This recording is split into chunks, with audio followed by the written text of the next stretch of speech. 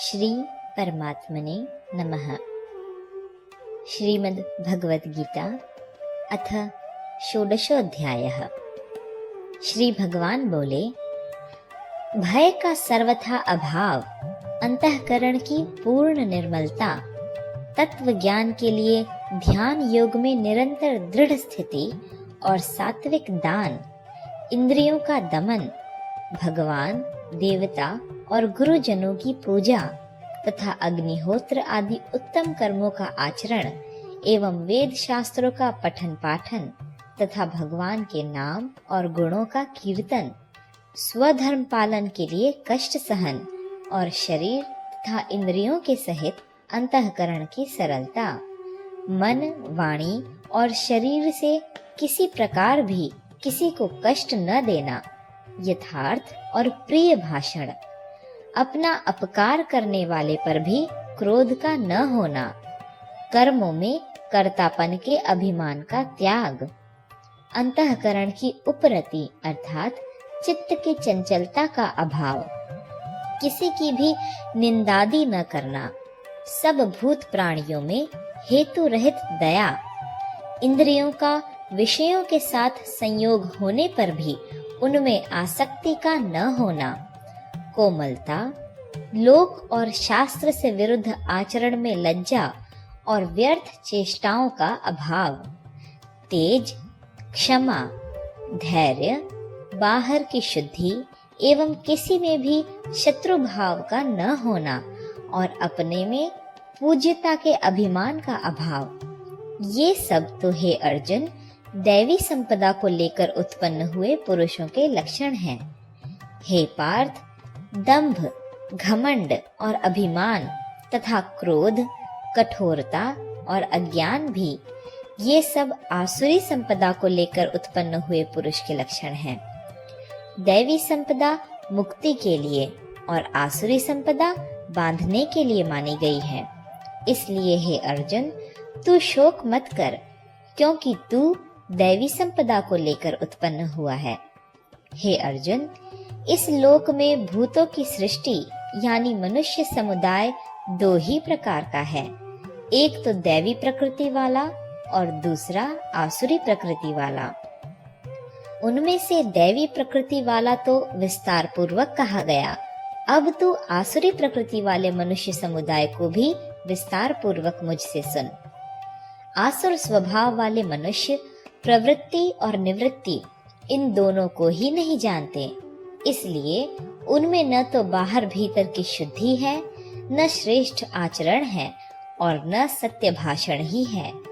वे आसुरी प्रकृति वाले मनुष्य कहा करते हैं कि जगत आश्रय रहित, सर्वथा असत्य और बिना ईश्वर के अपने आप केवल स्त्री पुरुष के संयोग से उत्पन्न है, अतएव केवल काम ही इसका कारण है, इसके सिवा और क्या है। इस मिथ्या ज्ञान को अवलंबन करके जिनका स्वभाव नष्ट हो गया है तथा जिनकी बुद्धि मंद है, वे सब का अपकार करने वाले क्रूर कर्मी मनुष्य केवल जगत के नाश के लिए ही समर्थ होते हैं। वे दंभ, मान और मद से युक्त मनुष्य किसी प्रकार भी पूर्ण न होने वाली कामनाओं का आश्रय लेकर अज्ञान से मिथ्या सिद्धांतों को ग्रहण करके और भ्रष्ट आचरणों को धारण करके संसार में विचरते हैं तथा वे मृत्यु पर्यंत रहने वाली असंख्य चिंताओं का आश्रय लेने वाले, विषय भोगों के भोगने में तत्पर रहने वाले और इतना ही सुख है इस प्रकार मानने वाले होते हैं। वे आशा की सैकड़ों फांसियों से बंधे हुए मनुष्य काम क्रोध के परायण होकर विषय भोगों के लिए अन्याय पूर्वक धनादि पदार्थों का संग्रह करने की चेष्टा करते हैं। वे सोचा करते हैं कि मैंने आज यह प्राप्त कर लिया है और अब इस मनोरथ को प्राप्त कर लूंगा। मेरे पास यह इतना धन है और फिर भी यह हो जाएगा। वह शत्रु मेरे द्वारा मारा गया है और उन दूसरे शत्रुओं को भी मैं मार डालूंगा। मैं ईश्वर हूँ, ऐश्वर्य को भोगने वाला हूँ। मैं सब सिद्धियों से युक्त हूँ और बलवान तथा सुखी हूँ। मैं बड़ा धनी और बड़े कुटुंब वाला हूँ, मेरे समान दूसरा कौन है। मैं यज्ञ करूँगा, दान दूंगा और आमोद प्रमोद करूँगा।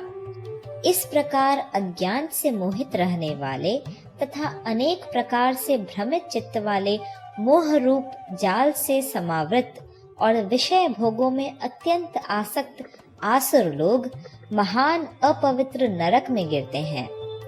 वे अपने आप को ही श्रेष्ठ मानने वाले घमंडी पुरुष धन और मान के मद से युक्त होकर केवल नाम मात्र के यज्ञों द्वारा पाखंड से शास्त्र विधि रहित यजन करते हैं।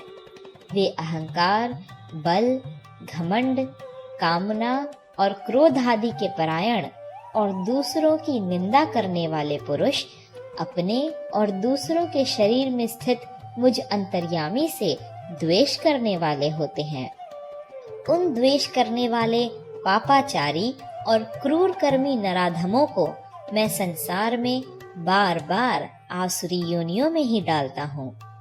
हे अर्जुन, वे मूढ़ मुझको न प्राप्त होकर ही जन्म जन्म में आसुरी योनि को प्राप्त होते हैं, फिर उससे भी अति नीच गति को ही प्राप्त होते हैं, अर्थात घोर नरकों में पड़ते हैं।